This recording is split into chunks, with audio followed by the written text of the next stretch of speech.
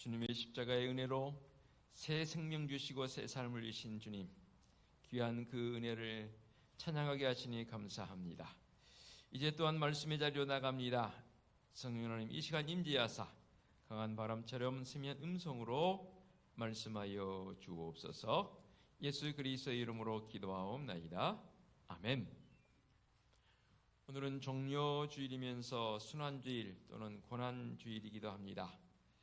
사순절 중에서도 이번 한 주간은 우리 성도들의 삶에서 가장 고난을 깊이 묵상하며 보내야 하는 그러한 시간들이 주어질 것입니다. 다시 말하면 오늘부터 한 주간 동안 우리 믿음의 성도들이 가장 엄숙하고 경건한 믿음으로 지내야 하는 고난주간이라 그 말입니다.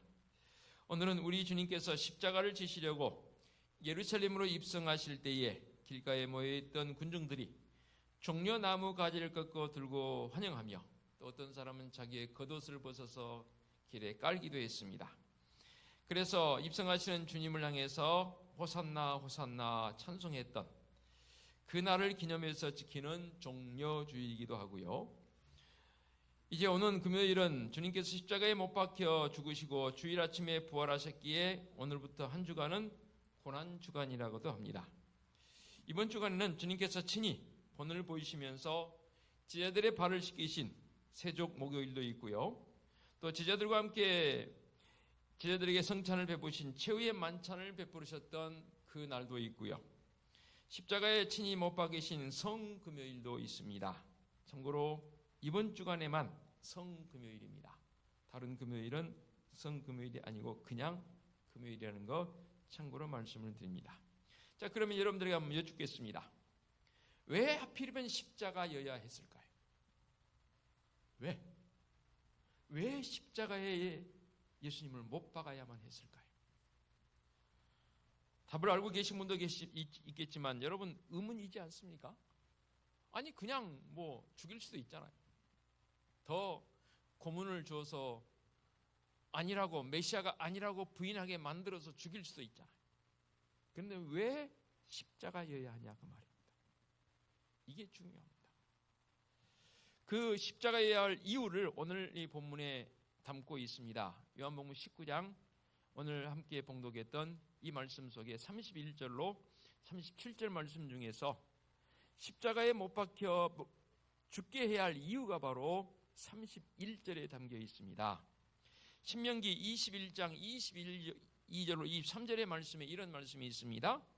사람이 만일 죽을 죄를 범함으로 네가 그를 죽여 나무 위에 달거든 그 시체를 나무 위에 밤새도록 두지 말고 그날에 장사하여 네 하나님 여호와께서 네게 기업으로 주시는 땅을 더럽히지 말라.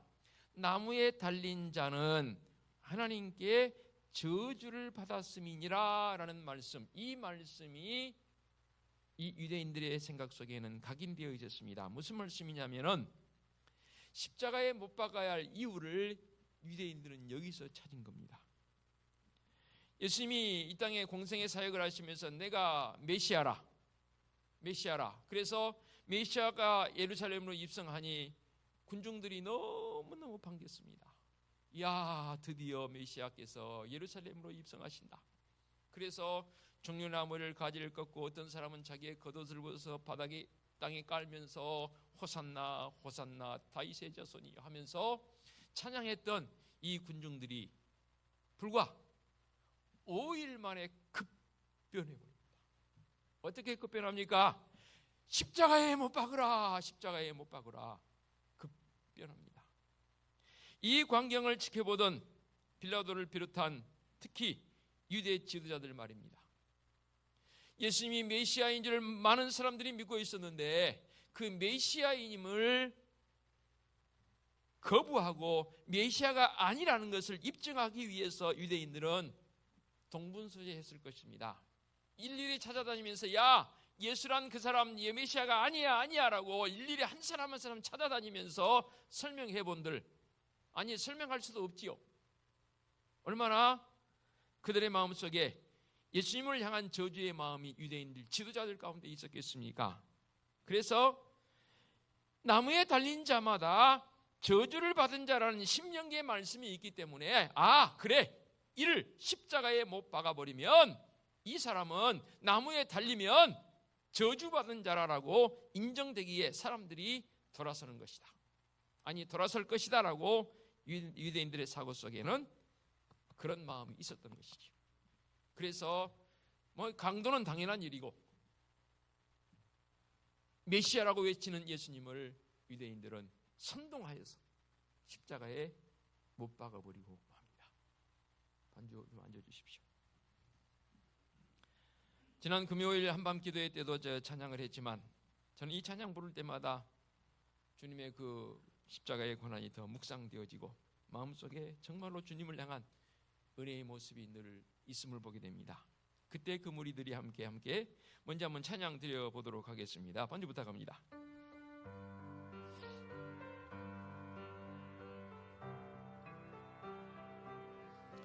1절만 한번 두 번 크게 불러보겠습니다.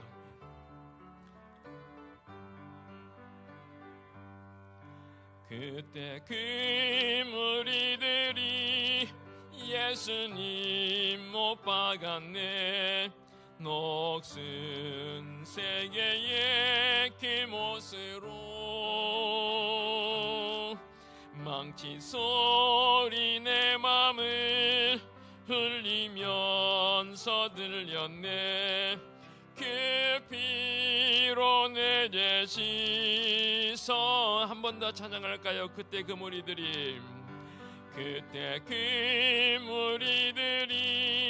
예수님 못 박았네. 녹슨 세계의 그 못으로 망치 소리 내 맘을 흘리면서 들렸네. 그 피로 내 죄 씻었네.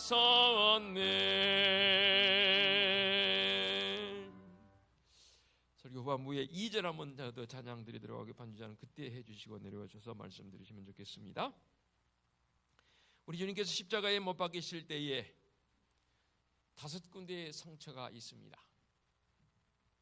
어디가 5군데의 상처입니까? 먼저 양손에 못 박힌 상처가 있었고요, 양발에 상처가 있었고, 오늘 본문에 기록되어진 로마 군병이 주님의 옆구리를 창으로 찌릅니다. 34절 오늘 분부의 말씀이기도 하지만 다시 보겠습니다. 그중 한 군인이 창으로 옆구리를 찌르니 곧 피와 물이 나오더라. 그래서 오늘 말씀의 제목을 피와 물을 쏟으시다라는 제목을 잡아봤습니다. 주님께서 흘리신 이 피와 물은 과연 무엇을 의미할까요? 여러 가지 신학적 해석이 있지만 이렇게 한번 해석을 해보면 어떨까요? 피는 우리 주님의 성찬을 의미한다라는 관점으로 해석해도 무방하지 않을까?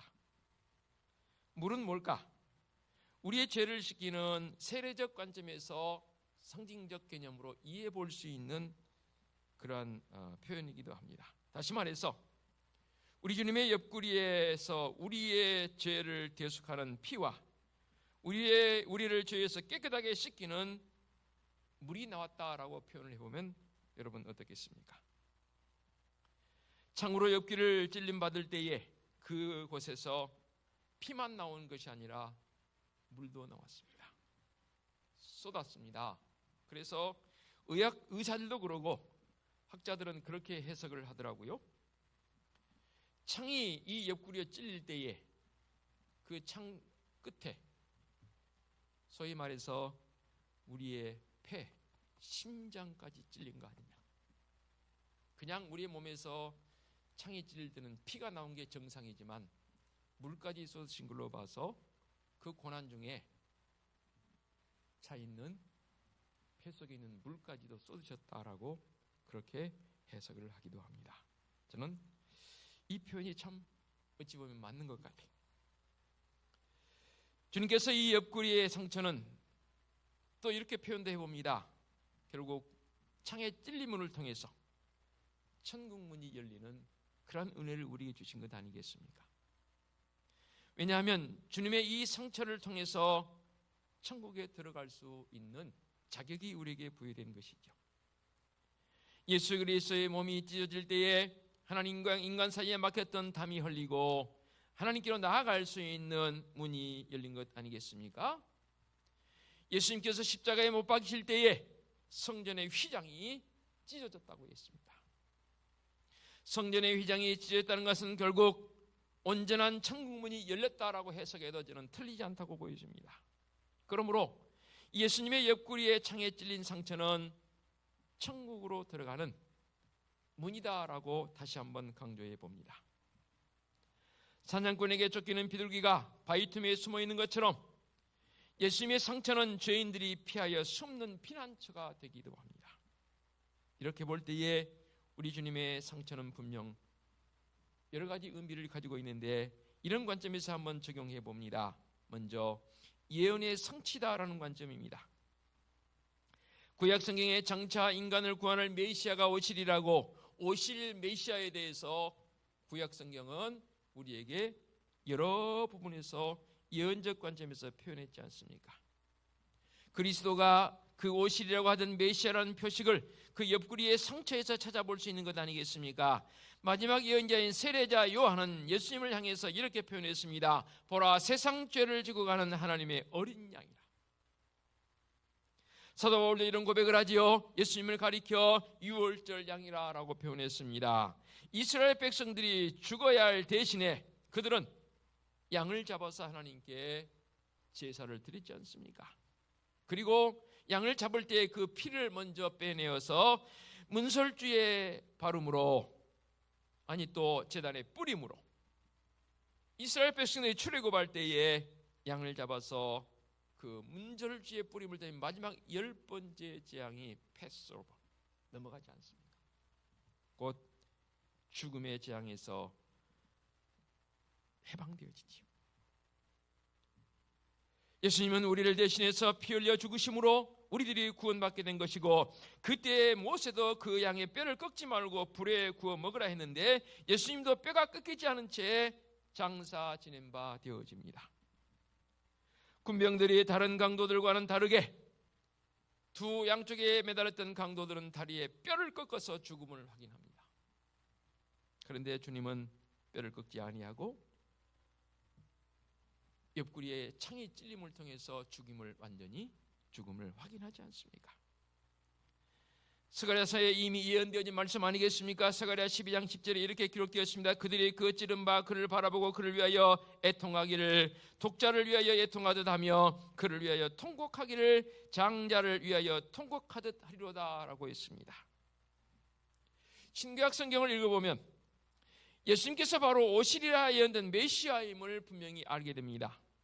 예수님의 옆구리의 창자국은 예언의 성취다라고 분명하게 표현했습니다. 36절에도 그랬고요. 37절에도 했습니다. 한 성경을 응하게 하려 함이라. 37절에 또 다른 성경에 그들이 그 찌른 자를 보리라. 이 또 다른 성경은 스가랴 말씀을 말하는 것이고 성경을 응하게 하라는 말씀은 민수기나 또 출애굽기 말씀을 그대로 표현한 그런 표현 아니겠습니까? 그런데요, 이 창자국은 수치의 표적이었습니다. 예수님께서 살아계실 때에 많은 수치와 모욕을 당하시지 않습니까? 특별히 이 순환주간 중에서 십자가의 길로 가는 주님의 모습을 한번 봐보시기 바랍니다. 억울한 누명을 쓰신 그 모습, 사람들은 그래서 예수님 향해서 침을 뱉기도 합니다. 매모진 채찍을 맞으시기도 합니다. 아무리 흉악한 그런 죄를 지은 이 범죄자라 할지라도 이보다 더 큰 수치를 당하게 하지는 않지 않겠습니까? 머리에는 가시 밀려관이 씌워졌고 갈대 지팡이를 들리우고 절하며 조롱하기도 했습니다. 주먹으로 때리기도 하고 얼굴에 침을 뱉기도 했습니다. 그뿐 아니라 당시 십자가에 달려 죽은 것은 가장 수치스러운 죽음입니다. 이미 신명기의 말씀을 통해서도 그렇게 표현해 놨지 않습니까? 게다가 옆구리를 창에 찔리기까지 하신 것은 가장 수치와 모욕의 극치 아니겠습니까? 여기서 우리는 죄란 이렇게 수치스러운 것임을 깨달아야 합니다. 우리의 죄를 담당하신 예수님도 하나님께서 이렇게 처리하셨거늘 우리가 예수님이 아니었다면 영원한 수치와 모욕을 당해야 하는 것이고 지금도 당하고 앞으로도 당해야 할 것입니다. 죄는 부끄럽고 수치스러운 것임을 철저히 깨달아야 하는 것 아니겠습니까? 그리고 주님께서 우리 위에 수치와 모욕을 당하셨으니 우리도 주님을 위해서 수치와 모욕을 당하는 건 너무나 당연한 것 아니겠습니까? 그러나 다른 수고는 다 하겠는데 수치와 모욕은 죽어도 못하겠다는 그런 사람들이 더러 있더란 말입니다. 가령 누가 여러분 예수 그리스도 안에서 예수님 믿는다고 침을 맨다고 가정해 보십시다. 참으시겠습니까? 제가 여러 번 예를 들었지요. 처음 제가 사역자로 나가서 교육전사로 사역하면서 청년들과 함께 노방전도를 시켰습니다. 저도 갔다 왔고 들어와서 보고를 하는 중에 예수님께서 70명을 2명씩 짝을 지어서 전도를 보냈지 않습니까? 그처럼 밖에 나갔다가 들어왔는데 한 청년이 얼굴이 파개져가지고 울고 왔어요.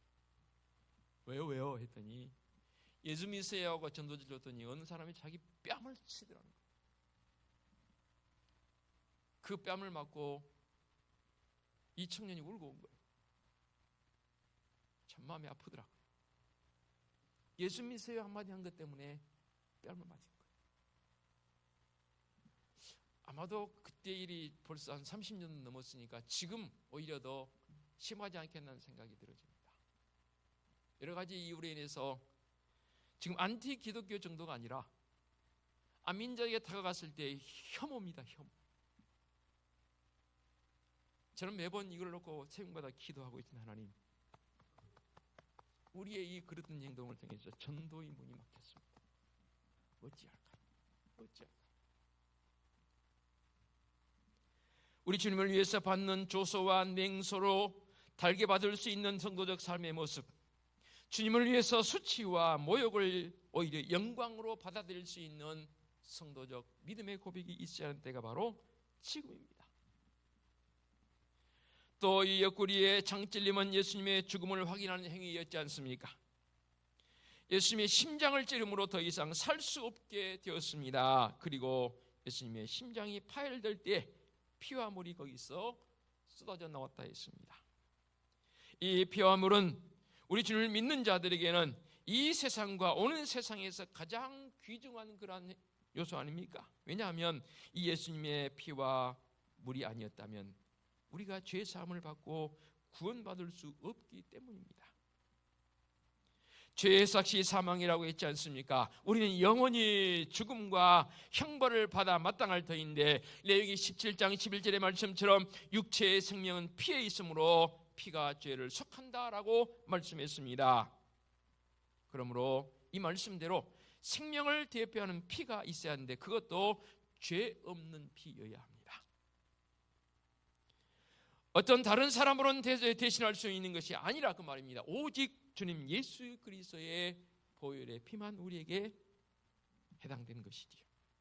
우리 주님께서는 우리가 받을 독약을 대신해서 받으신 것 같처럼 내가 받을 형벌을 대신해서 받으신 주님 아니십니까? 이게 수치였다면 그러나 우리에게는 주님의 이 창에 찔리심은 정결하게 되는 원천이더라 그 말입니다. 요한일서 5장 6절에 이런 말씀이 있습니다. 이는 물과 피로 임하신 자니 곧 예수 그리스도시라. 물로만 아니요 물과 피로 임하셨고 라고 했습니다. 피는 죄를 씻어주기 위해서라면 물은 죄의 권세를 제거하기 위한 것이라고 해석해 봅니다. 예수님의 피는 우리가 받을 형벌을 제거한 것이라면 우리 주님께서 쏟아주신 이 물은 죄의 더러움을 제거하는 것이라고 표현도 해봅니다.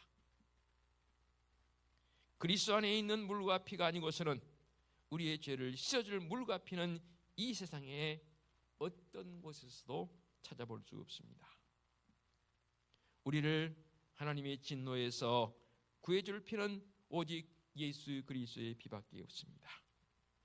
우리를 죄에서 깨끗하게 씻어줄 물은 오직 예수 그리스도의 심장에 쏟아 나오는 물밖에 없음을 이 시간 우리가 각인합니다. 예수님의 피는 모든 죄악을 다 씻으십니다. 술주정꾼도요, 남의 것을 훔쳤거나 강탈한 도둑도요, 강도도요, 우리 주님의 옆구리에서 나온 그 피로 다 씻음받게 되는 줄로 믿습니다. 그 주님이 내 주님이라고 고백하고 받아들일 때 말입니다. 예수님의 옆구리에서 나온 그 물은 죄의 본질까지도 씻어버리십니다. 그리고 죄악된 성질도 변화시켜서 더러운 성품, 모난 성품들 다 거룩한 성품으로 우리를 바꾸시는 줄로 믿습니다. 그래서 예수님을 믿으면 그 난폭한 사람이 순한 양처럼 바뀌더라고요. 어떤 이는 세례받을 때 물이 깨끗하게 한다고 생각할 가능성이 있습니다. 아니, 물이 깨끗한 게 아니지 않습니까? 예수님의 심장에서 쏟아나온 그 물이 우리를 깨끗한 거 아니겠습니까? 피와 물은 한 곳에서 함께 나왔습니다. 사람들이 지옥은 무서워하고 피하려 하는데 죄는 피하려 하지 않은 경향들이 있더라고요. 너 지옥 갈래? 그러면 지옥 가겠다는 사람 한 명도 없습니다.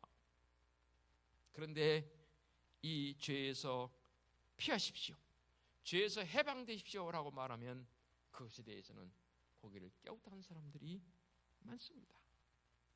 예수 그리스도의 피는 우리의 소망이요 위로가 됩니다.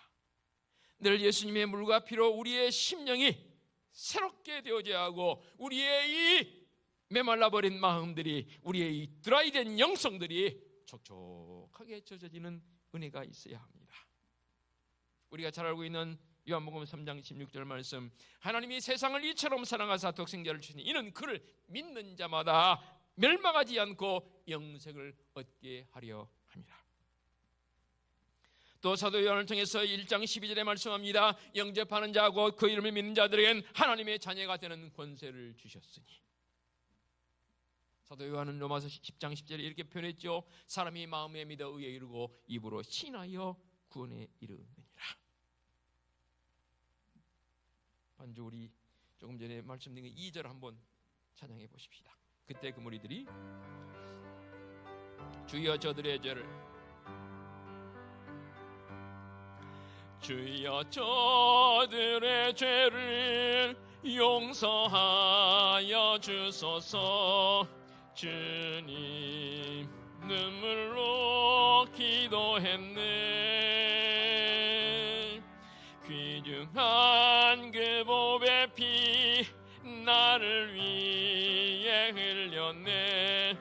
그 피로 내 죄 씻어. 한 번 더 찬양할까요? 주여 저들의 죄를, 주여 저들의 죄를 용서하여 주소서. 주님 눈물로 기도했네. 귀중한 그 보배 피 나를 위해 흘렸네. 그 피로 내 죄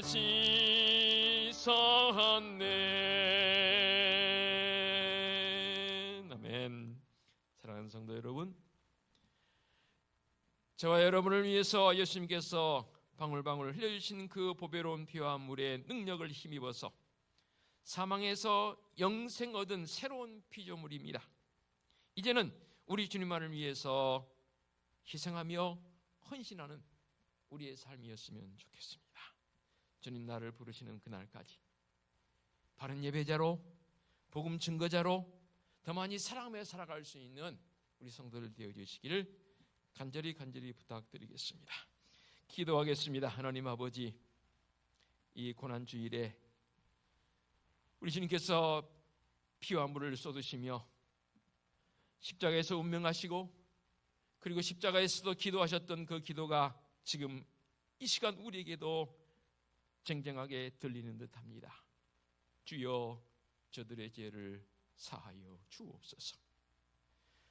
피와 물을 쏟으신 우리 주님의 그 보혈의 공로에 힘입어 오늘도 내일도 주님 나를 부르시는 그날까지 신앙의 정도의 길에서 벗어나지 않게 하여 주시옵소서. 누가 뭐라 그래도 우리 주님의 그 놀라운 구속의 은총 속에 거할 수 있는 복된 성도들의 삶이 되게 하여 주시옵소서. 예수 그리스도의 이름으로 기도하옵나이다. 아멘.